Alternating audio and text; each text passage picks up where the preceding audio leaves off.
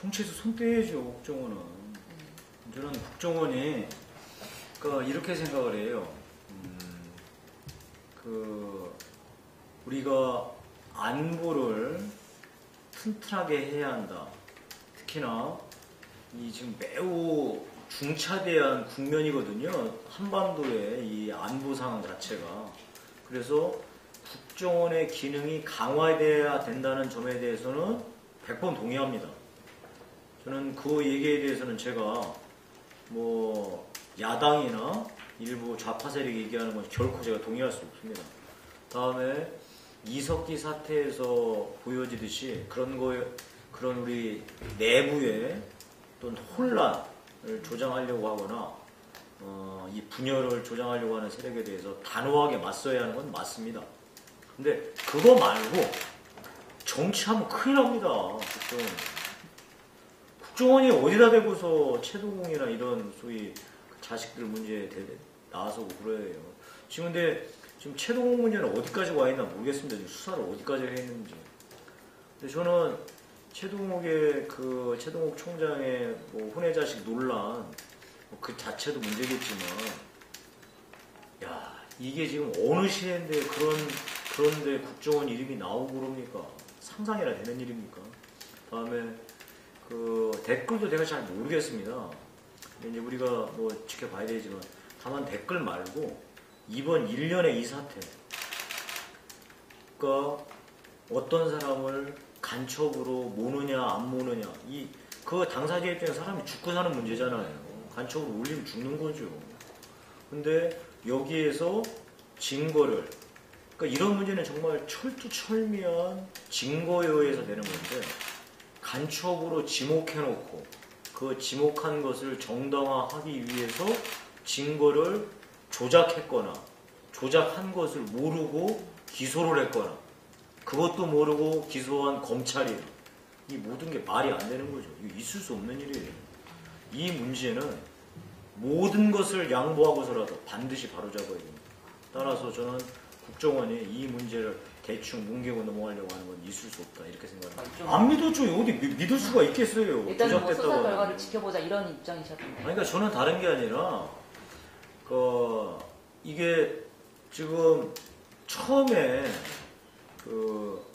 이 일이 이제 기소가, 국정원이 이런 자료를, 사실 이거는 우리가 이게 무슨 일이 벌어졌는데 아무도 몰랐어요. 우리 기자님도 아셨어요? 그냥 막연하게 작년인가 재작년인가 서울시 공무원 중에 간첩이 있었다. 그래 잡혀갔다. 그래서 야 이거 황당한 일이네 라고 했던 거 말고는 기억이 없잖아요. 근데 어느 순간에 무죄가 나온 거야. 그게 무슨 소리야 이게. 왜 무죄가 나온 거야. 이렇게 된 거잖아요. 근데 알고 봤더니 무죄에 나온 이유가 판사가 좌성향 판사라서 무죄가 나온 게 아니라 기소할 때 검찰이 제출한 증거 자료가 조작되었다 라고 해서 무죄가 나왔다는 거 아니에요? 그러니까 이게 얼마나 황당한 것이에요. 아니 그럴 리가 있냐, 그럼 왜 그러느냐. 그래서 들여다봤더니 북한하고 한국하고 왔다 갔다 하는 월경 기록이나 뭐 이런 것들이 조작되었다. 그러니까 이제 바로 그랬잖아요. 국정원은 무슨 소리냐, 중국 당국으로 또 이거 다 받은 건데. 그랬더니 중국 당국이 펄쩍 뛰었잖아. 아 이게 무슨 소리냐 인마 우리들은. 그러니까 우리는 또 어떻게 했어요? 중국은 사회주의 국가가 못 사는 나라라 저것들은 늘 거짓말 칠 수도 있다. 이렇게 된 거 아니에요? 그러니까 우리는 황당한 거지. 근데 알고 봤더니 조작된 게 사실이었던 거예요. 그럼 이 일이 어디부터 지금 얼마나 일이 엉망진창으로 꼬인 거냐. 이거는 우리 국익을 이렇게 침해할 수가 없어요. 정말 이 중국이 대한민국한테 얼마나 중요한 나라의 통일 관련해서, 그리고 이 신뢰를 단 하나의 실수라도 신뢰가 깨지면 정말 자칫하면 이 정말 큰 그레이트 게임 자체가 무너지는 그런 상황이라 이 말이에요. 근데 거기다 대고 우리가 아니 국정원 중국 사회주의 국가 저런 애들은 거짓말 늘 칠 수도 있다. 이렇게 얘기를 해버렸으니 이거 어떡하냐고 이걸. 이 하나만으로도 국정원이 했던 이 잘못은 도저히 씻을 수가 없는 거예요. 나는 내가 김진태 의원을 한 사람을 얘기하는 거 아니에요. 김진태 의원은 뭐 느낌으로 얘기한 거고 네. 저는 제가 얘기하는 거는 지금 우리들 스스로가 국정원이 네. 이런 말들이 나오게끔 모든 사태를 초래한 거라고.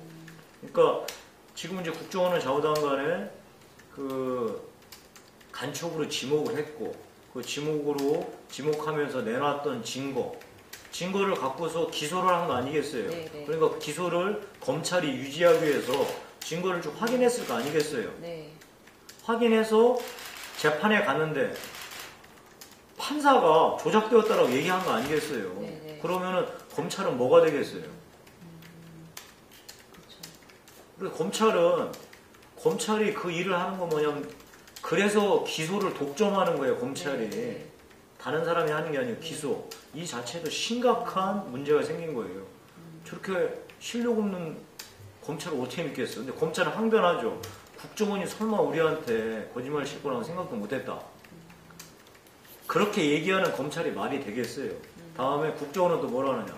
그 사람이 우리한테 넘긴 정보가 가짜인 줄은 꿈에도 몰랐다. 그게 말이 되는 소리예요. 그렇죠. 그 아침에 라디오 게다가 방송에- 지금 하나는 네. 그 사람이 조작해서 넘겼다는 말 자체가 정말 사실인지 아닌지도 헷갈린다. 혹시 이게 공조하거나 조작을 방조하거나 조장한 게 아니냐, 나아가서 지시한 게 아니냐까지 얘기가 나오는 판이잖아요. 그러니까 지금 이 모든 이 사태가 저는 이제 가장 무겁게 보는 게 그거예요. 국민의 가슴을 그야말로 철썩 내려앉고 절망케 만든 거 하나, 그 잘못. 두 번째, 이 한반도의 엄중한 그레이트 게임에 있어서 가장 중요한 당사자인 중국에게 우리가 있을 수 없는 신뢰를 훼손시키는 일을 한 거 하나. 이 두 가지만 보더라도 이거는 그냥 송구하다라고 넘어갈 문제는 아니라는 뜻입니다. 아니면 제가 자진사퇴하라는 말 얘기 안 해요. 예. 알아서 하시라고. 예. 이 사태가 어떤 사태인지 본인이 잘 판단해서 알아서 하시라고. 아니 저는 야당이 특검 주장하고도 남겠죠. 네. 왜냐면 아까 검찰이 네. 이런 조작된 증거를 갖고서 기소를 해서 재판부에서 증거 아니에요. 황당하게. 네. 아니 그래서 근데 다만 저는 이제 특검하면 또 하느니 마느니 뭐 시간이 오래 걸리고 그런다는 거 아니에요. 네. 그래서 저는 오히려 검찰 스스로가 자기 조직을 보호하기 위해서라도 특임 검사를 빨리 임명해서 하라는 거예요. 그러니까 특임 검사라는 게 이때까지 어떻게 임명됐죠? 주로 검찰 내부가 잘못되었을 때, 뭐 네. 스폰서 검사, 벤치 검사 때 특임 검사를 임명했잖아요. 네. 빨리 처리하려고. 이거는 지금 검찰 내에서도 그런 거예요. 그 수사 담당했던 검사들한테 야 어떻게 니들만 이 사실관계를 이렇게밖에 확인을 못했냐? 뭐가 어떻게 된 거냐? 이걸 자기들 스스로는 못할 거 아니야? 그러니까 이 사실관계를 빨리 파악해야 된다고. 그래서 나는 그 특임 검사를 임명해서 그것도 좀 파악하고, 그다음 이게 도대체 어디부터 어떻게, 아니 국정원이 이렇게 와서 이것들 진짜라고 했을 때 니들 철석같이 믿었어? 확인했어? 난 국정원도 너 인간 니들은 지금 억울하다고 하는데 그 새끼한테 이거 죄송합니다. 끊어주십시오. 그 인간한테 받을 때 이거 확인했어 안 했어? 물어봐야 될 거 아니에요. 네. 저는 오히려 검찰 스스로 국민에 대한 신뢰를 회복하기 위해서라도 정말 더 특단의 조치를 검찰 스스로 취하는 게 맞다라고 보는 거죠. 우리가 제가 다른 지역은 잘 모르겠어요. 근데 제가 속해 있는 서울, 특히 저희 동네처럼 우리 서울 양천을 지역처럼 야당세가 센 동네, 네. 이런 동네에서 어떤 영향을 미칠까요? 어떤 영향을 미칠까에 대해서는 뭐 그냥 예측이잖아요. 그러면은 이제 예측에 대한 저의 어떤 근거라고 해야 될까요? 근거는 제 몸이 압니다. 제 몸이 아까 말씀드린 대로 덜덜 떨리고 있습니다. 제 생각에는 청와대 어떤 정무수석실에서 전국을 상대로 아니면은 특정 어떤 민감한 지역을 상대로 어떤 정무적 차원에서 이 핸들링을 한 건 아니잖아요. 네. 이런 거는 솔직히 말하면 아까 가장 전형적인 개인의 일탈이에요. 지 동네 청와대 비서관 정도 되니까 지 동네 자기가 원래 영향이 있었고 거기서 했던 거 막 그러니까 핸들링을 해서 영향을 발휘하려고 했겠죠. 근데 저는 이런 거는 청와대가 조직적으로 했다라고 보여지지는 않고요. 그 개인이 책임을 지고 물러났으니까 저는 일단은 됐다고 봐요. 저는 제가 박원순 지사에 대해서 하나는 압니다. 어떤 거예요? 박원순 지사가 최대 역적으로 내세우는 게 뭐죠? 전임 시장들은 서울시 빚을 늘렸는데 자기는 빚을 줄였다고 주장을 하시더라고요. 네네. 그 말을 제가 가만히 곰곰이 생각을 해봤어요. 그리고 자료를 찾아봤어요. 박원순 시장 말 액면 그대로만 놓고 본다면 맞는 소리예요. 그런데 한 커플만 따서 보잖아요. 사실상 거짓말입니다. 어떤 점에서 거짓말인가요? 박원순 시장 임기 내, 네. 즉 2011년 10월 달에 보궐선거 하고 나서 지금까지 해서 서울시, 그러니까 박원순 시장 임기 내 서울시 부채가 줄었습니다. 네네. 그래서 이건 액면 그대로 맞는 겁니다. 이걸 박원순 시장이 노력한 게 아니고요. 자연적으로 이렇게 빚이 내려왔습니다. 그럼 왜 자연적으로 내려왔느냐? 전임 시장 때 서울시가 다양한 형태의 개발 사업을 시작했습니다. 개발 사업이 무슨 뭐 홈나게 하는 게 아니고요. 대부분 택지 사업이었습니다. 택지 사업. 집을 계속 줘서 공급해야 되니까요. 마곡지구부터 시작해서 이런 이제 택지 사업을 개발 사업을 시작했어요.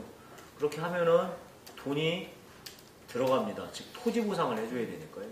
그 토지 보상비는 어떻게 해야 되겠습니까? 서울시 부채를 늘려서 즉 대여금을 네네.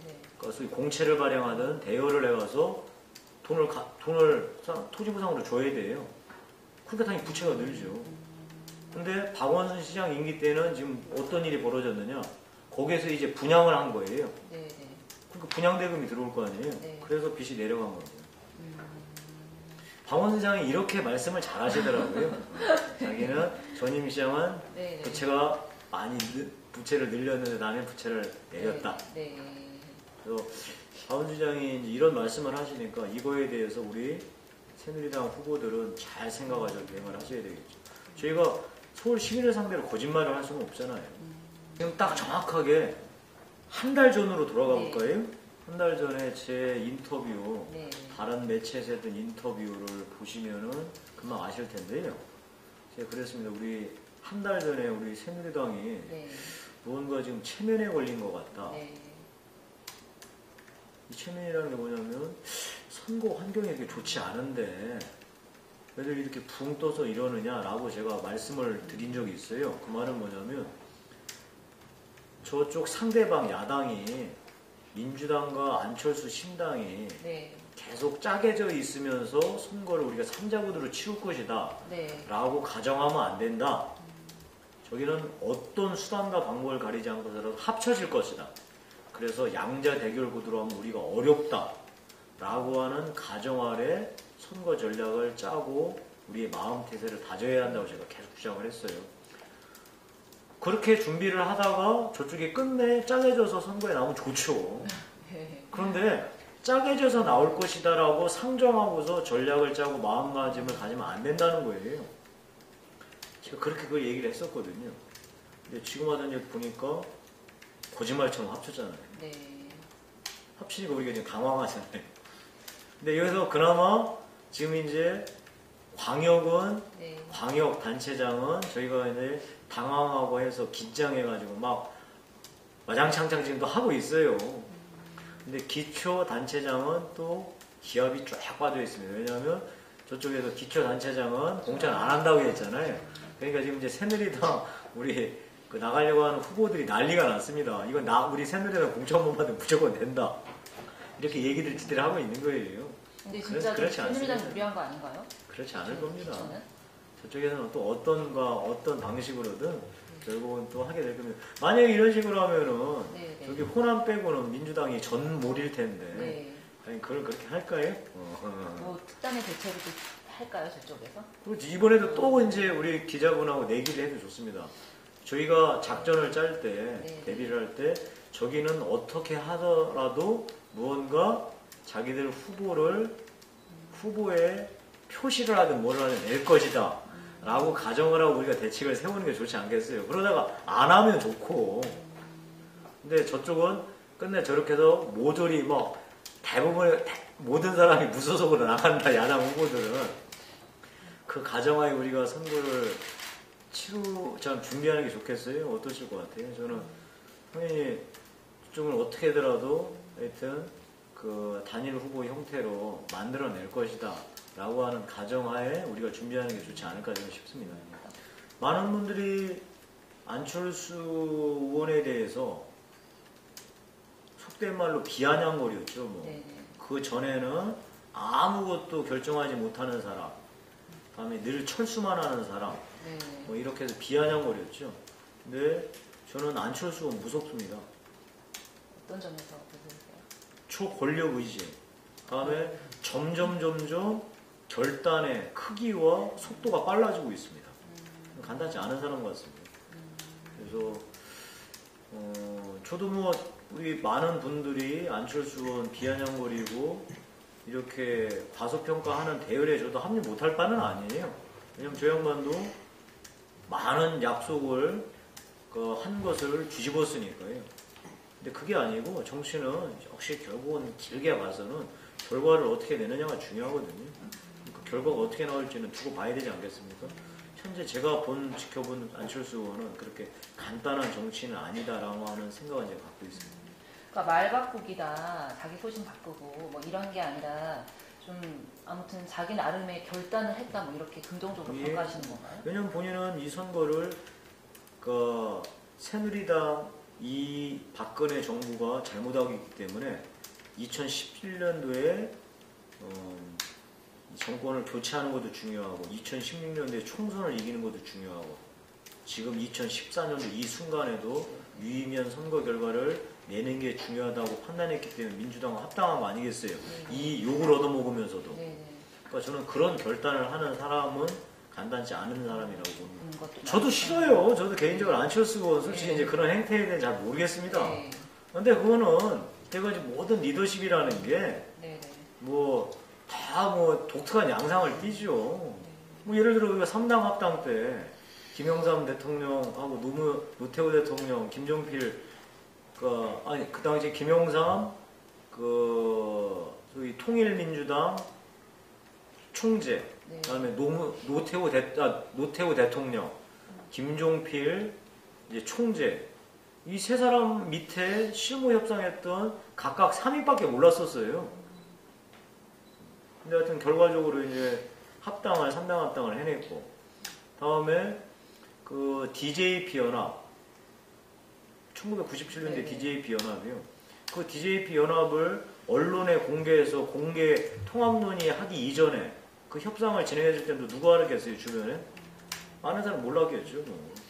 근데 이런 얘기는 저는, 물론 아까 말씀드린 대로 정말로 목숨 걸고 같이 했던 그 윤여준 전 장관이나 김성식 의원 같은 경우가 보면 정말로 피를 토하고 싶은 배신감을 느꼈겠죠. 근데 그건 뭐 사실 거기 안에 있는 사람들 얘기지. 예. 우리 입장에서는 뭐 그걸 갖고 얘기하기는 그렇네요. 각오해야죠. 정말로 이번 선거를 지면은 앞으로 박근혜 정부가 일을 제대로 해나가지 못한다라고 하는 각오. 이번 지방선거에도 지면 우리 국회의원들의 선거인 2016년도 선거도 어려울 거라는 각오. 나와서 2017년도도 정권을 빼앗길 수도 있을 거라는 각오를 갖고서 이번 지방선거를 치러야 될 거라는 겁니다. 그냥 이번 지방선거는 뭐 대충 어떻게 되겠지. 진짜 관심은 나는 7월달에 전당대회야 라고 하면은 이번 지방선거는 지겠죠. 뭐 지난번 지방선거 같은 경우는 복지 문제 이런 걸로 참 뭐 여야가 어떻게 보면 건전한 좀 줄다리기를 했던 것 같은데 이번 지방선거에서는 좀 어떤 점들이 좀 이슈가 될까요? 쟁점이 될까요? 잘 모르겠습니다. 하여튼 뭐 민주당은 박근혜 대통령의 그 가치투쟁 그건 잘 안 먹히니까 가치투쟁이 아니라 박근혜 대통령의 다양한 형태 뭐 복지랄지 뭐 복지 후퇴랄지 이런 거 다음에 정치에 있어서 약간 퇴행적인 모습 뭐 이런 것들을 집중적으로 공격하려고 하지 않겠어요.